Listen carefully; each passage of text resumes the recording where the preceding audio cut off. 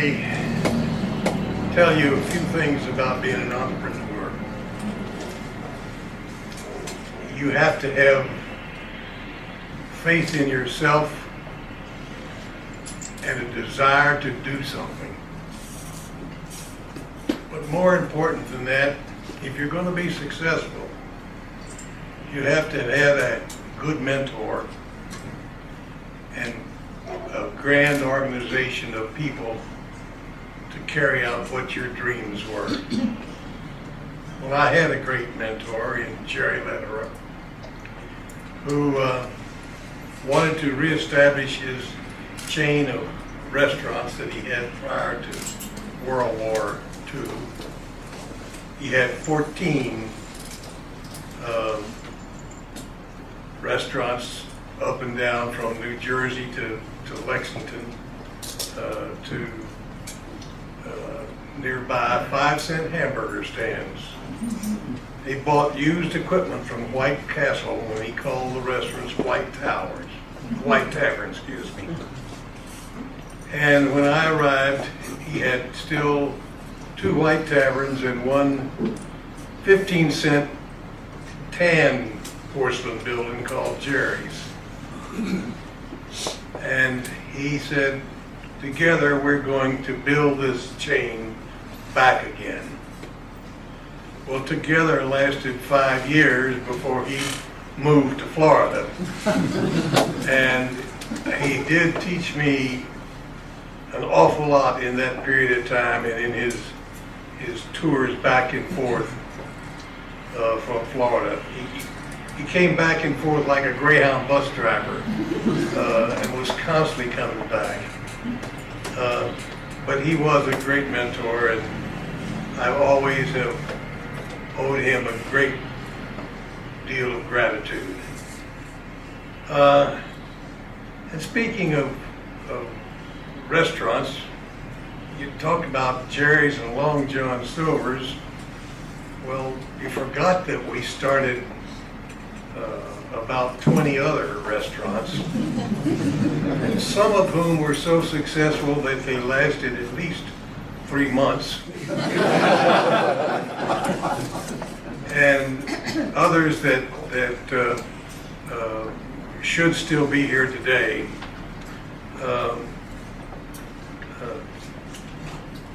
I thought that maybe we could always come up with a concept so long it was something no one else had done or there weren't too many involved, because it's easier to be a success in that sort of situation.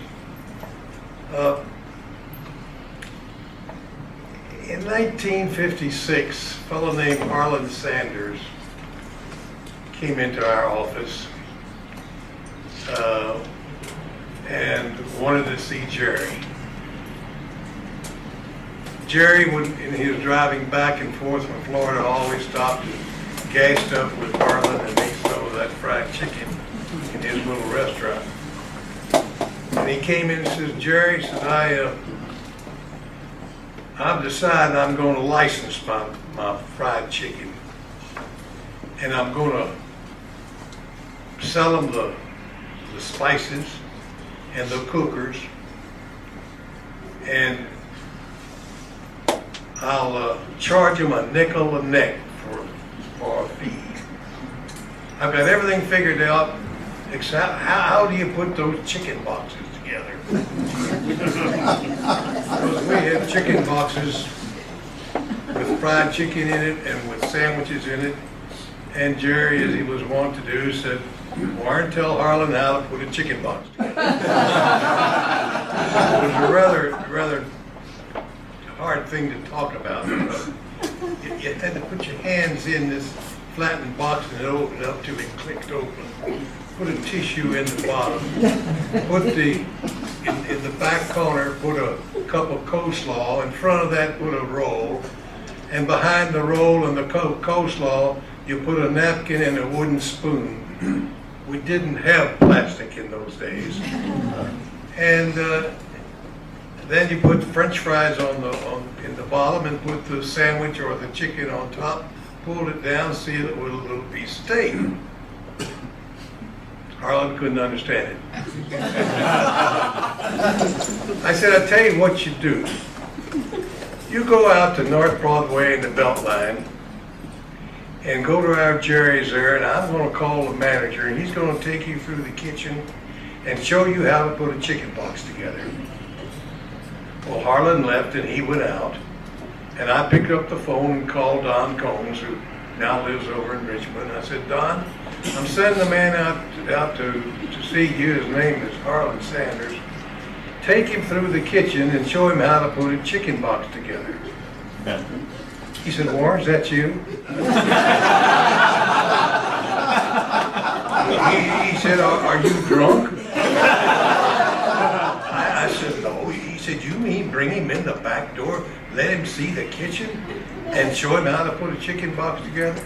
You know, we were so afraid that somebody would learn something from going in our kitchen as we did going in other restaurants. And I said, Don, don't worry about it. Bring him in the back door, show him through the kitchen, show him how to put a chicken box together. You mean bring him in the back and go through the kitchen and, John?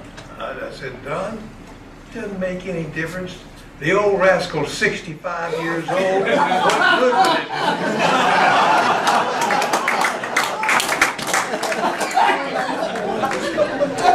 Well, after I thought I was out of the restaurant business,